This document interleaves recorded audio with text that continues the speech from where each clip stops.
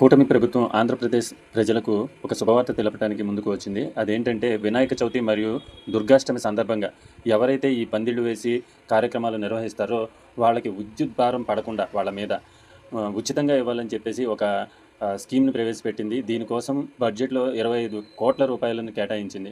15,000 విగ్రహాల మండపాలకు విద్యుత్ సౌకర్యం ఉచితంగా కల్పించనుంది ఆంధ్రప్రదేశ్ ప్రభుత్వం.